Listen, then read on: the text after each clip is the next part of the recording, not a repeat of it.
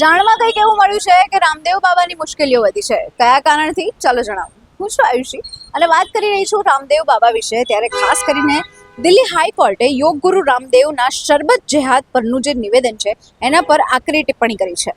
કોર્ટે એમ પણ કહ્યું છે કે રામદેવ કોઈના નિયંત્રણમાં નથી, તેઓ પોતાની જ દુનિયામાં રહે છે.